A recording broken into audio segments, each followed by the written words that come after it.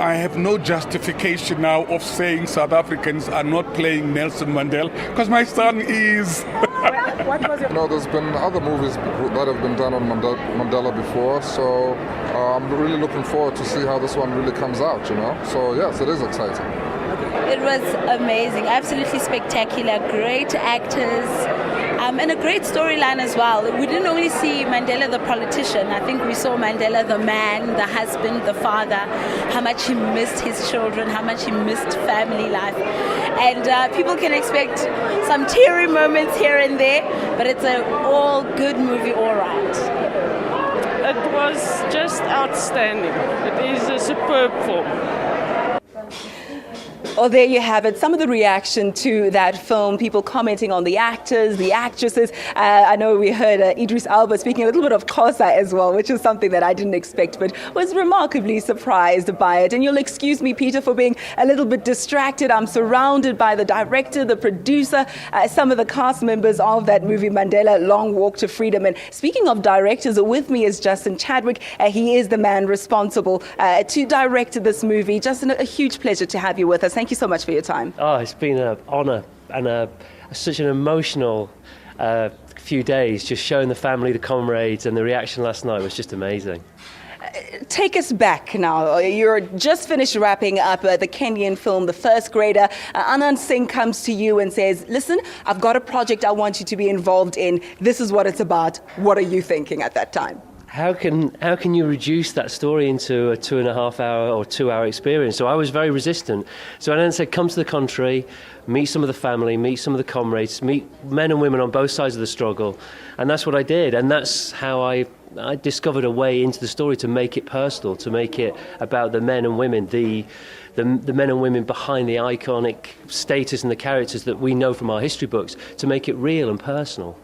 Correct me if I'm wrong, I understand you spent a year in South Africa just walking through the streets of Soweto, different places in the country where Mandela treaded as well, just to get a sense and a feel of the people, so as not to impose your own idea, but to capture the spirit of the country. Just tell me a bit more about that. Well, I'm from Manchester, England, so I felt great responsibility to be very, very truthful, to come here to this beautiful country with these unbelievably open, warm-hearted, brilliant people that I was meeting. So it was important that I listened and learned and came here and observed and went up and down the country, all over the country, and spent time here. You learn such a lot from history books, but actually being here in this country, going to Kunu, spending time there, spending time with people that knew Mandela as a young man, as a father, as a husband. So it was important not only to understand these characters as political figures, but also real men and women who are like us. And that approach, I think, resonated with people from South Africa. This film is made totally, and financed out of South Africa by hundreds and thousands of people that got involved in the making of this movie. And it's their movie, it's their film.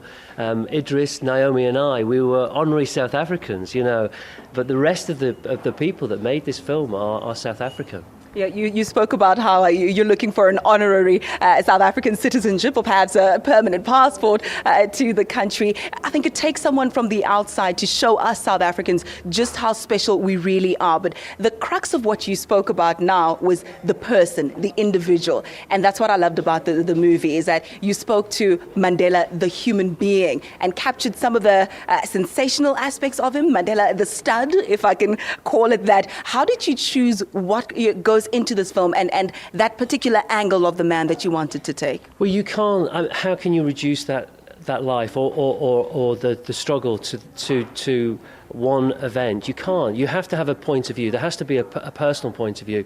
And the fact that Anand had formed this relationship with Madiba and the men and women that were involved in that story, that gave us the in. It's as much as it's about apartheid, it's about love, forgiveness, and the future. This is made by men and women who are living the struggle now. And it's important that this film is seen by the new generation, the young generation, and it was important to have this point of view for the film, which was that this is a man, he's flesh and blood like all of us, and that resonated with the people that I was making the film with and the people that I spoke to during the journey of making it and researching it.